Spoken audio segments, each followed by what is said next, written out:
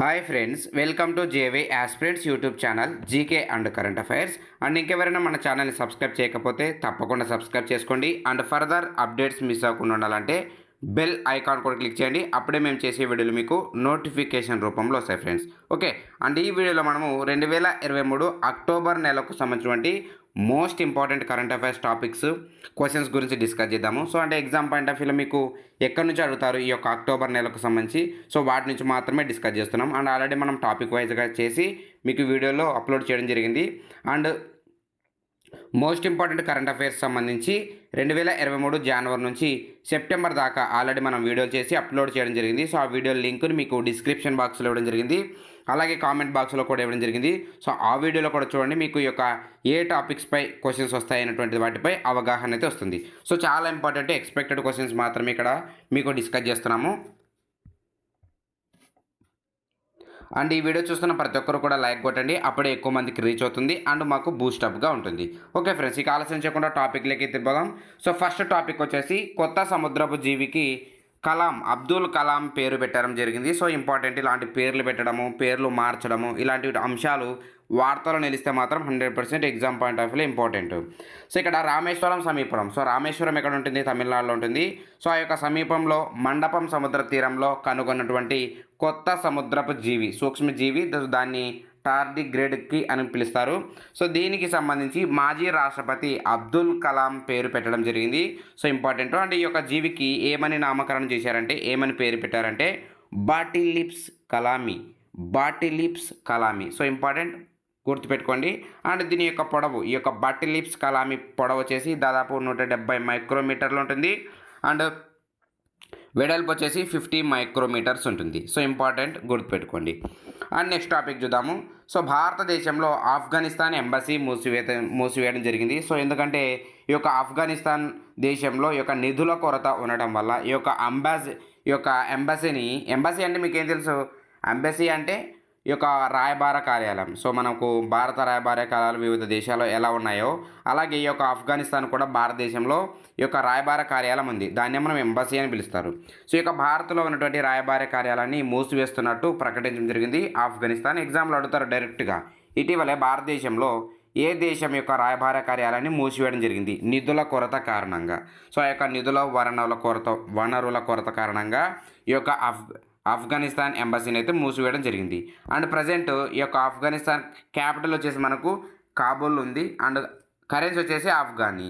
Okay, and present ఇక్కడ ఆఫ్ఘనిస్తాన్లో ఉన్నటువంటి తాలిబాన్ ప్రభుత్వము ఈ యొక్క ప్రభుత్వాన్ని నడిపిస్తుంది ఈ యొక్క దేశంలో. ఇంపార్టెంట్, గుర్తుపెట్టుకోండి. అండ్ నెక్స్ట్, భారత్కు తిరిగి రానున్నటువంటి శివాజీ పులిగోలు. సో అప్పటి కాలంలో ఈ యొక్క 17వ శతాబ్ద కాలంలో ఈ యొక్క ఛత్రపతి శివాజీ ఎవరైతే ఉంటారో ఆయన ఉపయోగించినట్టు భావిస్తున్నటువంటి వాగ్ నక్ అంటే ఇక్కడ మనకు పులి వేలు. సో మనం సినిమాలు చూస్తుంటాం, చాలా సినిమాల్లో.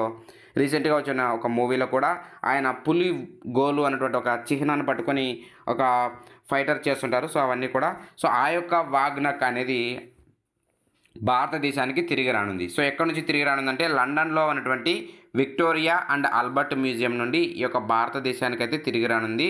అండ్ ఈ యొక్క ఏడాదిలో ఛత్రపతి శివాజీ పట్టాభిషేకం జరిగి దాదాపు 350 ఏళ్ళు అవుతుందన్నటువంటి ఉద్దేశంతోనే ఈ యొక్క శివాజీ పులుగోలను ఇండియాకు రప్పిస్తున్నారు. అండ్ మహారాష్ట్ర సాంస్కృతిక శాఖ మంత్రి Sudheer ముంగటివార్ and V&A. So V&A ఏంటంటే విక్టోరియా అండ్ ఆల్బర్ట్తో ఒప్పందం అయితే చేసుకోవడం జరిగింది. ఇంపార్టెంట్, గుర్తుపెట్టుకోండి. ఎగ్జాంపుల్ ఎలాంటి క్వశ్చన్స్ అడతారంటే శివాజీ పులిగోలు ఏ దేశం నుండి తిరిగి వస్తున్నాయంటే లండన్లో ఉన్నటువంటి Victoria and Albert museum. And next topic discuss చేద్దాం. కుల వివక్ష నిషేధ నగరంగా ఫ్రెష్నో. సో ఫ్రెష్నో నగరం ఎక్కడ ఉందంటే అమెరికాలో ఉంటుంది, కాలిఫోర్నియాలో ఉన్నటువంటి ఫ్రెష్నో నగరం. సో ఈ యొక్క అమెరికాలో కుల వివక్షను నిషేధించినటువంటి 2వ నగరంగా నిలిచింది ఏదంటే ఫ్రెష్నో. అండ్ ఫస్ట్ వచ్చేసి సెప్టెంబర్లో కాలిఫోర్నియా అయితే ఈ యొక్క చట్టసభని తీసుకురావడం జరిగింది.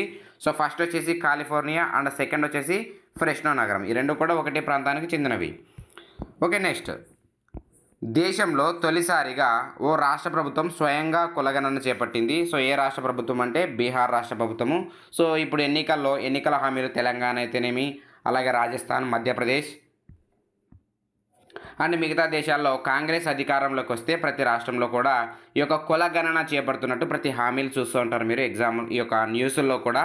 సో దేశంలో తొలిసారి ఎగ్జామ్లో మీకు ఏ విధంగా అడుగుతారంటే, దేశంలో తొలిసారిగా ఏ రాష్ట్ర ప్రభుత్వం స్వయంగా కుల గణన చేపట్టింది అంటే కేంద్ర ప్రభుత్వంతో సంబంధం లేకుండా ఏ రాష్ట్ర ప్రభుత్వం చేపట్టిందంటే బీహార్ రాష్ట్ర ప్రభుత్వము. అండ్ రీసెంట్గా అండ్ దీనికి సంబంధించి ఒక కమిటీ వేయడం జరిగింది కమిటీ. సో ఆ యొక్క సర్వే చేపట్టడానికి ఆ కమిటీ చైర్మన్ ఎవరంటే వివేక్ సింగ్ ఈ యొక్క కమిటీకి చైర్మన్గా ఉన్నారు. అండ్ మొత్తం ఈ యొక్క రాష్ట్రం జనాభా ఈ యొక్క సర్వే ఏం చెప్పిందంటే మొత్తం 13.07 కోట్ల జనాభా చెప్పింది. ఈ యొక్క రాష్ట్ర ప్రభుత్వంలో ఈ యొక్క రాష్ట్రంలో 13 కోట్లు సుమారు రాష్ట్ర జనాభా ఉంటే అందులో ఈ యొక్క సర్వే ఏం చెప్పిందంటే 63.13% మంది బీసీ వారే ఈ యొక్క జనాభాలో ఉన్నారు. సో ఇంపార్టెంట్ గుర్తుపెట్టుకోండి, మీకు అడిగే అవకాశం అయితే ఉంది. అండ్ ప్రజెంట్ బీహార్ ముఖ్యమంత్రి ఎవరున్నారు? Nitish Kumar. Okay. And next topic, భారతదేశంలో వెలుపల అత్యంత ఎత్తైనటువంటి విగ్రహాన్ని. సో మనం ఆల్రెడీ ఈ యొక్క టాపిక్ను ప్రపంచంలో అతి ఎత్తైనవి చిన్నవి, దేశంలో అతి ఎత్తైనవి చిన్నవి అయినటువంటి వాటిలో డిస్కస్ చేయడం జరిగింది. బట్ మరొకసారి ఇంపార్టెంట్ కాబట్టి ఒకసారి డిస్కస్ చేస్తున్నాం. భారతదేశంలో కాకుండా ప్రపంచంలో అతి ఎత్తైన అంబేద్కర్ విగ్రహాన్ని ఉత్తర అమెరికాలో ఉన్నటువంటి ఆవిష్కరించారు. సో ఎక్కడ ఆవిష్కరించారంటే ఇది మేరీల్యాండ్లో ఉన్నటువంటి ఎక్కో కీక్ నగరంలో, మేరీల్యాండ్లో. సో మీకు స్పెసిఫిక్ పేరు గుర్తుపెట్టుకోవాలంటే మేరీల్యాండ్ అని గుర్తుపెట్టుకోండి. అండ్ ఈ యొక్క విగ్రహం ఎత్తు వచ్చేసి 19 అడుగులు. అండ్ ఈ యొక్క విగ్రహానికి ఏమని పేరు ఉందంటే స్టాచ్యూ ఆఫ్ ఈక్వాలిటీ. అండ్ ఈ యొక్క విగ్రహాన్ని రూపొందించింది రూపశిల్పి ఎవరంటే రామ్ సుతార్. సో రామ్ సుతార్ ఎవరంటే మనకు ఈ యొక్క సర్దార్ వల్లభాయ్ పటేల్ విగ్రహం ఉంటుంది. సో దాన్ని అండ్ ఈ యొక్క విగ్రహాన్ని రెండు కూడా రూపొందించింది ఒకే వ్యక్తి, Ram Sutar. Okay. Next topic, so కేంద్ర క్యాబినెట్ నిర్ణయాలు. సో మీరు ఎగ్జాముల్లో కంపల్సరీగా రాష్ట్ర ప్రభుత్వాలు అయితేనేమి అలాగే కేంద్ర ప్రభుత్వం అయితేనేమి క్యాబినెట్ నిర్ణయాలు ఏవైతే ఉంటాయో వాటిని కంపల్సరీగా చదువుకోండి, ఎందుకంటే ఎగ్జామ్ పాయింట్ ఆఫ్ వ్యూలో అడుగుతున్నారు ఈ మధ్యకాలంలో ఎక్కువ. అండ్ ఇక్కడ ఏంటంటే కేంద్ర క్యాబినెట్ నిర్ణయం ఏం చేసిందంటే తెలంగాణలో ఉన్నటువంటి ములుగు జిల్లాలో ఏర్పాటు చేయనటువంటి గిరిజన యూనివర్సిటీకి కేంద్ర క్యాబినెట్ అయితే ఆమోదం తెలిపింది. సో ఎక్కడంటే గిరిజన యూనివర్సిటీ ములుగు జిల్లాలో. అండ్ రాష్ట్ర పునర్విభజన చట్టానికి అనుగుణంగా వన దేవతలు, సో మనకు ఫేమస్ సమ్మక్క సారక్క అనేటువంటి పేరుతో ఈ యొక్క యూనివర్సిటీని ఏర్పాటు చేస్తున్నారు. అండ్ దాదాపు బడ్జెట్ వ్యయం అయితే క్యాబినెట్లో 889 కోట్లు అయితే చెప్పడం జరిగింది. బట్ దాన్ని పెంచే అవకాశాలు ఉన్నాయి, బట్ తగ్గించవచ్చు. బట్ ఇవైతే క్యాబినెట్ నిర్ణయాలు మాత్రమే. ఓకే. నెక్స్ట్ టాపిక్, తెలంగాణలో జాతీయ పసుపు బోర్డు. సో ఇటీవలే కేంద్ర క్యాబినెట్ ఏ రాష్ట్రంలో పసుపు బోర్డు ఏర్పాటు చేయనున్నట్టు ఆమోదం తెలిపిందంటే తెలంగాణలో ఏర్పాటు చేస్తున్నారు. అండ్ దీన్ని వచ్చేసి ఈ యొక్క జాతీయ పసుపు బోర్డు ఏర్పాటు చేయడం వల్ల మహారాష్ట్ర, కర్ణాటక, మధ్యప్రదేశ్, తమిళనాడు, ఆంధ్రప్రదేశ్, మిజోరాం అండ్ మొదలైన రాష్ట్రాలన్నిటికీ కూడా ప్రయోజనం కలుగుతుంది. అండ్ దీనికి ఈ యొక్క పసుపు బోర్డుకు ఒక చైర్మన్ అయితే కేంద్ర ప్రభుత్వమే నియమిస్తుంది. అండ్ దీనికి సంబంధించినటువంటి వివరాలు కేంద్ర వాణిజ్య శాఖ ఆధ్వర్యంలో ఇదైతే నడుస్తుంది. ఇంపార్టెంట్ గుర్తుపెట్టుకోండి. నెక్స్ట్ టోటో భాష. సో టోటో భాష అనేది మరొకసారి వార్తలు ఇస్తుంది, ఎందుకంటే యునెస్కో ఈ యొక్క నివేదికనైతే ఇవ్వడం జరిగింది. ఏమని చెప్తుందంటే ఈ యొక్క యునెస్కో నివేదిక అంతరించిపోయే ప్రమాదంలో ఈ యొక్క టోటో భాష ఉంది అని చెప్పింది. సో ఈ యొక్క టోటో భాష అనేది యునెస్కో ఏం చెప్పిందంటే అంతరించిపోయే దశ. సో ఎక్స్టింక్షన్ అని పిలుస్తారు దీన్ని, ఎక్స్టింక్షన్. అండ్ ఇది ఎక్కడ మాట్లాడతారంటే చైనా టిబెటన్కు సంబంధించినటువంటి ఒక భాష ఇది. అండ్ మన భారతదేశంలో కూడా దీన్ని మాట్లాడతారు. ఎక్కడంటే భారతదేశంలో వెస్ట్ బెంగాల్లో, సో పశ్చిమ బెంగాల్లో మాట్లాడతారు. టోటో గిరిజన ప్రజలు ఈ యొక్క భాషను అయితే మాట్లాడతారు. సో టోటో గిరిజన ప్రజలు టోటో భాషను మాట్లాడతారు. అండ్ యునెస్కో అంతరించిపోయే దశలో ఉన్నట్లయితే ప్రకటించడం జరిగింది. సో ఇంపార్టెంట్ గుర్తుపెట్టుకోండి. And next topic, so Madhya Pradesh రాష్ట్ర ప్రభుత్వం మహిళలకు గవర్నమెంట్ జాబ్స్లో 35% రిజర్వేషన్, 35% రిజర్వేషన్లకు ప్రకటించడం జరిగింది మధ్యప్రదేశ్ రాష్ట్ర ప్రభుత్వము. సో ఇటీవలే ఏ రాష్ట్ర ప్రభుత్వం మహిళల గవర్నమెంట్ జాబ్స్లో 35% రిజర్వేషన్ ప్రకటించిందంటే మధ్యప్రదేశ్ రాష్ట్ర ప్రభుత్వము. అండ్ మధ్యప్రదేశ్ ప్రజెంట్ చీఫ్ మినిస్టర్గా శివరాజ్ సింగ్ చౌహాన్ ఉన్నారు. అండ్ ప్రజెంట్ ఎన్నికలు కూడా జరుగుతున్నాయి మధ్యప్రదేశ్ రాష్ట్రంలో, జరిగాయి కూడా already. Okay. And next new జెర్సీలో Akshardham ఆలయం ప్రారంభమైంది. సో ఆధునిక యుగంలో అంటే ప్రజెంట్ మోడర్న్ యొక్క కాలంలో భారతదేశం బయట నిర్మించినటువంటి అతిపెద్ద హిందూ దేవాలయం ఎక్కడ ఉందంటే అమెరికాలో ఉన్నటువంటి న్యూ జెర్సీలో ప్రారంభమైంది. అండ్ ఈ యొక్క రాబిన్స్ విల్లేలో ఈ యొక్క హిందూ దేవాలయం అయితే నిర్మించడం జరిగింది. అండ్ 2011లో దీన్ని నిర్మిస్తే అండ్ లేటెస్ట్గా ఈ యొక్క అక్టోబర్లో ప్రారంభించడం జరిగింది. దాదాపు దీన్ని 183 ఎకరాల్లో నిర్మించడం జరిగింది ఈ యొక్క అక్షర్ధామ్ ఆలయాన్ని న్యూ జెర్సీలో. ఓకే, నెక్స్ట్ సో పంజాబ్ రాష్ట్ర ప్రభుత్వము వార్తలు నిలిచింది ఎందుకంటే పూసా 44. సో ఎగ్జామ్లో అడుగుతారు పూసా 44 వెరైటీ అనేది ఏ పంటకు చెందిందని. సో ఇది వచ్చేసి పూసా 44 వచ్చేసి వరి రకానికి చెందింది. అండ్ ఈ యొక్క పంజాబ్ రాష్ట్ర ప్రభుత్వం ఏం చేసిందంటే ఈ యొక్క పూసా 44ను ఈ యొక్క వరి సాగును నిషేధిస్తున్నట్లు అంటే సాగును నిషేధిస్తున్నట్టయితే ప్రకటించడం జరిగింది. ఎందుకంటే ఈ యొక్క పూసా 44 అనేది పంటను పండించడానికి ఎక్కువ నీటిని తీసుకుంటుంది. సో చాలా మామూలు సర్వసాధారణ పంటల కంటే వరి రకం పంటల కంటే ఈ యొక్క పూసా 44 ఎక్కువ నీటిని తీసుకుంటుంది. తద్వారా ఈ యొక్క నీటి వసత సరిగా లేనందువలన ఈ యొక్క సాగును నిషేధిస్తున్నట్లయితే ప్రకటించింది పంజాబ్ రాష్ట్ర ప్రభుత్వం. సో ఎగ్జామ్లో అడుగుతారు ఏ విధంగా అంటే ఇటీవల ఏ రాష్ట్ర ప్రభుత్వము వరి సాగు సో పూసా 44 వరి సాగుపై నిషేధం విధించిందంటే పంజాబ్ రాష్ట్ర ప్రభుత్వము. సో ఇంపార్టెంట్ గుర్తుపెట్టుకోండి. అండ్ నెక్స్ట్ సిక్కింలో ఆకస్మిక వరదలు. సో ఇక్కడ కొన్ని మనకు సరస్సులు ఉన్నాయి, అవేంటో ఒకసారి చూద్దాము. సరస్సులు ఉన్నాయి. సో సిక్కింలో ఆకస్మిక వరదలు తీస్తా నది అనేటువంటి పరివాహక ప్రాంతంలో ఈ యొక్క ఆకస్మిక వరదలు అయితే రావడం జరిగింది. సో ఎందుకు అనేది ఒకసారి చూస్తే మృతుల సంఖ్య కూడా ఇక్కడ ఎక్కువగానే పెరిగింది. అండ్ ఇక్కడ ఒక డ్యామ్ ఉంది. సో ఎగ్జాంపుల్ అడుగుతారు చుంగుతాంగ్ డ్యామ్ ఇటీవల వార్తలు ఇచ్చింది. అది ఏ రాష్ట్రంలో ఉందంటే సిక్కింలో ఉంది. ఎందుకు వార్తలు ఇచ్చిందంటే ఇక్కడ ఆకస్మిక వరదలు రావడం జరిగింది. అండ్ ఇక్కడ ఈ యొక్క రాష్ట్రానికి జీవరేఖ అయినటువంటి NH10. సో NH10 కూడా ఇంపార్టెంట్ మనకు. ఇటీవల ఏ రాష్ట్రంలో భయంకరమైన వరదలు వచ్చి NH10 భారీగా నష్టమైందంటే సిక్కిం రాష్ట్రము. అండ్ దేనివల్ల ఏ డ్యామ్ వల్ల అంటే చుంగుతాంగ్ అనమాట. ఓకే, అండ్ దీనికి తగ్గట్టు ఉన్నట్టు ఒక సరస్సు పేరు ఏంటంటే లోనాక్ సరస్సు లేదా ఎల్ హోనాక్ సరస్సు అని కూడా పిలుస్తారు. ఉత్తర సిక్కింలో ఉంది ఇది లోనాక్ సరస్సు లేదా ఎల్ హోనాక్ సరస్సు. అండ్ ఇక్కడ సింగ్తమ్ ఉక్కు వంతెన కూడా పూర్తిగా కొట్టుకుపోయింది. సో ఇంపార్టెంట్ ఇక్కడ పాయింట్స్ అన్నీ కూడా. అండ్ నెక్స్ట్ టాపిక్ కోనోకార్పస్ చెట్ల పెంపకం నిషేధం. సో నిషేధం అనేటువంటిది కేంద్ర ప్రభుత్వం అయితేనేమి రాష్ట్రాల ప్రభుత్వం అయితేనేమి సో ఇవన్నీ కూడా వార్తలు ఇచ్చినప్పుడు ఇంపార్టెంట్. నిషేధం అనేటువంటి టాపికే ఇంపార్టెంట్ మనకు. ఇక్కడ కోనోకార్పస్ చెట్లపై ఈ యొక్క గుజరాత్ రాష్ట్ర ప్రభుత్వం అయితే నిషేధం విధించింది. ఎందుకంటే ఈ యొక్క కోనోకార్పస్ చెట్లను పెంచడం వల్ల ఆరోగ్యంపై తీవ్రమైనటువంటి మిశ్రమ ఫలితాలు వస్తున్నాయి. అందుకు ఈ యొక్క కోనోకార్పస్ చెట్లపై గుజరాత్ రాష్ట్ర ప్రభుత్వము నిషేధం విధించింది. సో ఏంటంటే రాత్రి సమయంలో ఈ యొక్క కోనోకార్పస్ మొక్కల యొక్క గాలిని పీల్చుకోవడం వల్ల కొన్ని రకాల చిన్న వ్యాధులు వస్తున్నట్టయితే నివేదికలో రావడం జరిగింది. అందుకని అంటే మనకు ఈ యొక్క జలుబు దగ్గు అలర్జీలు ఎక్కువ పెరిగిపోతున్నాయి అనమాట. సో అందుకని ఈ యొక్క కోనోకార్పస్ చెట్లే దీనికి కారణం అని చెప్పేసి ఈ యొక్క గుజరాత్ రాష్ట్ర ప్రభుత్వం ఏం చేసిందంటే ఈ యొక్క చెట్ల పెంపకంపై ప్లాంటింగ్పై నిషేధం విధించింది. Important. And present chief minister ఉన్నారు భూపేందర్ పటేల్.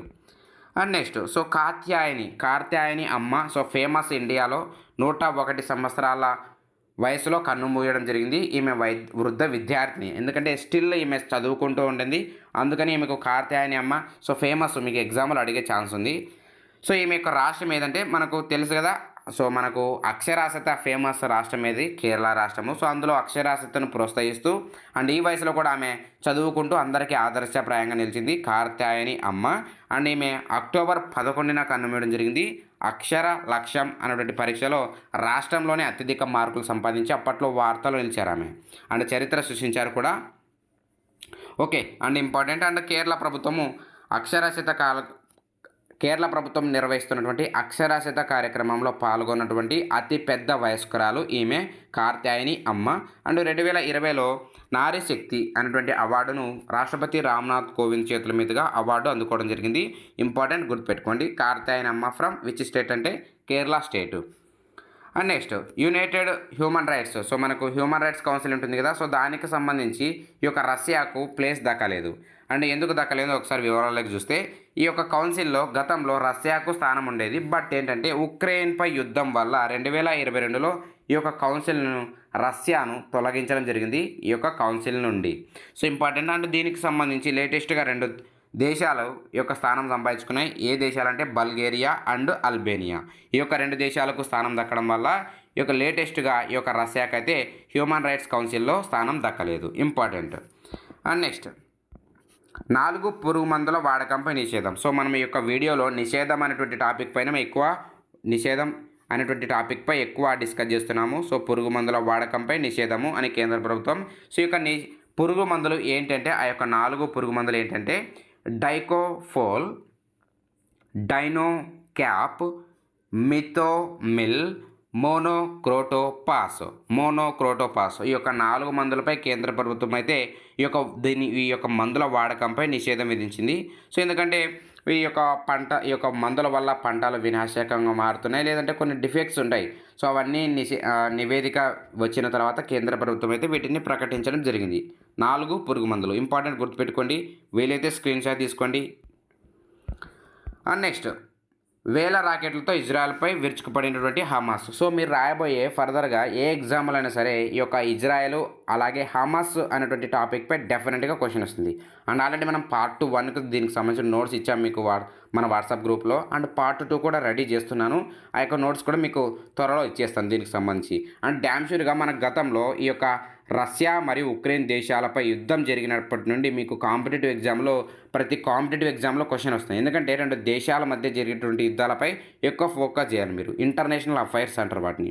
సో ఇప్పుడు లేటెస్ట్గా ఈ యొక్క ఇజ్రాయెల్ అలాగే హమాస్పై దాడి చేయడం జరిగింది. అండ్ ఫస్ట్ ఏంటంటే ఈ యొక్క హమాస్ అనేటువంటి ఉగ్రవాద సంస్థ, యాక్చువల్లీ ఇది ఒక సంస్థ పాలస్తీనాకు చెందినటువంటి ఒక సంస్థ, గాజా అనేటువంటి కేంద్రంగా పరిపాలిస్తుంటుంది. అండ్ దీనికి సంబంధించిన ఫుల్ మ్యాటర్ మీకు ఇచ్చేసాము, అక్కడ చదవచ్చు. సో అక్టోబర్ 7న అయితే ఈ యొక్క హమాస్ అనేటువంటి సంస్థ ఇజ్రాయెల్పై దాడి చేసింది. అండ్ గాజా నగరం కేంద్రంగా ఈ యొక్క హమాస్ అయితే పనిచేస్తుంటుంది. అండ్ పాలస్తీనా అనుకూలదారులు అని చెప్పొచ్చు మనము. So important. And next topic చూద్దాం, operation Ajay. So most important operation Ajay. ఎందుకు వార్తలు ఇచ్చిందంటే ఆపరేషన్ అజయ్. సో ఇజ్రాయెల్లో చిక్కుకున్నటువంటి భారతీయులను వెనక్కి రప్పించడం కోసం ఈ యొక్క ఆపరేషన్ అజయ్ని అయితే ప్రారంభించడం జరిగింది. అండ్ ఈ యొక్క ఆపరేషన్ సంబంధించి ఆల్రెడీ మనం ఒక వీడియో చేసాం, పెద్ద వీడియో చేసాం. సో ఆ వీడియో కూడా చూడండి, మీకు చాలా యూజ్ఫుల్గా ఉంటుంది. మీరు ఫర్దర్గా రాయబోయే ఎగ్జామ్లో ఆపరేషన్ సంబంధించి కూడా మీకైతే క్వశ్చన్ వస్తుంది. Okay friends. And next topic, so Chandrayaan 3 విజయానికి గుర్తుగా ఇక మీదట ప్రతి సంవత్సరం ఆగస్టు 23ను నేషనల్ స్పేస్ డే, జాతీయ అంతరిక్ష దినోత్సవంగా మోడీ ప్రకటించడం జరిగింది. ఆగస్టు 23న. సో ఎగ్జామ్లో అడుగుతారు, నేషనల్ స్పేస్ డేగా ఏ రోజున కొత్తగా జరుపుకున్నారంటే ఆగస్టు 23న. దేనికి గుర్తంటే చంద్రయాన్ 3. సో ఆగస్టు 23న విజయవంతంగా చంద్రునిపై ల్యాండ్ అవ్వడం జరిగింది. అండ్ ఇక్కడ మీకు ఒక క్వశ్చన్ అడగాలనుకుంటున్నాను. ఏంటంటే నేషనల్ స్పేస్ డేగా ఆగస్టు 23 కదా, మనకు మే 11న ఏ దినోత్సవం జరుపుకుంటారు? సో మీరు కామెంట్లో ఆన్సర్ అయితే తెలియజేయండి. ఇంపార్టెంట్, ఈ రెండింటి కన్ఫ్యూజ్ అవ్వకండి. ఆగస్టు 23 నేషనల్ స్పేస్ డే, మరి మే 11న ఏ రోజు జరుపుకుంటాం? సో దానికి ఆన్సర్ అయితే మీరు తెలియజేయండి. ఓకే. అండ్ 40 ఏళ్ల తర్వాత నెక్స్ట్ టాపిక్, 40 ఏళ్ల తర్వాత భారత్ శ్రీలంకల మధ్య ఫెర్రీ ప్రారంభం. సో ఫెర్రీ అంటే మీకేంటి తెలుసు కదా, చాలాసార్లు చెప్పాను మీకు చాలా వీడియోలో కూడా. ఫెర్రీ అంటే ఇక్కడ ఒక షిప్, ఒక నావ అని అర్థము.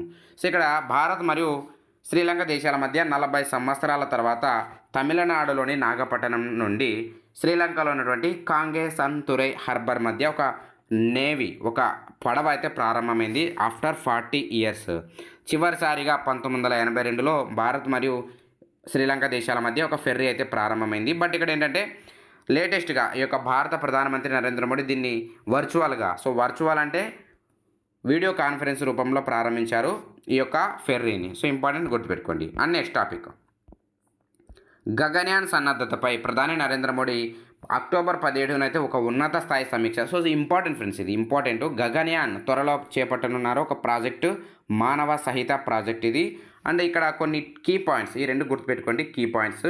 2030 కల్లా సొంతంగా అంతరిక్ష కేంద్రాన్ని ఏర్పాటు చేసుకోవడానికి మోడీ పిలుపునివ్వడం జరిగింది. So important. అలాగే 2040 కల్లా భారతీయుడిని చంద్రుడిపైకి పంపాలని, ఈ రెండు ఇంపార్టెంట్. సో స్క్రీన్ షాట్ తీసుకోండి. మీరు ఈ యొక్క స్క్రీన్ షాట్ తీసుకోండి. మీరు ఫర్దర్గా రాయబోయే ఎగ్జామ్లో ఈ యొక్క టాపిక్పై క్వశ్చన్ రాకపోతే నన్ను క్వశ్చన్ చేయండి. సో ఎందుకంటే చాలా ఇంపార్టెంట్ ఇది. 2035 అండ్ 2040. 2035 కల్లా సొంతంగా అంతరిక్ష కేంద్రాన్ని ఏర్పాటు చేసుకోవాలని మోడీ పిలుపునివ్వడం జరిగింది.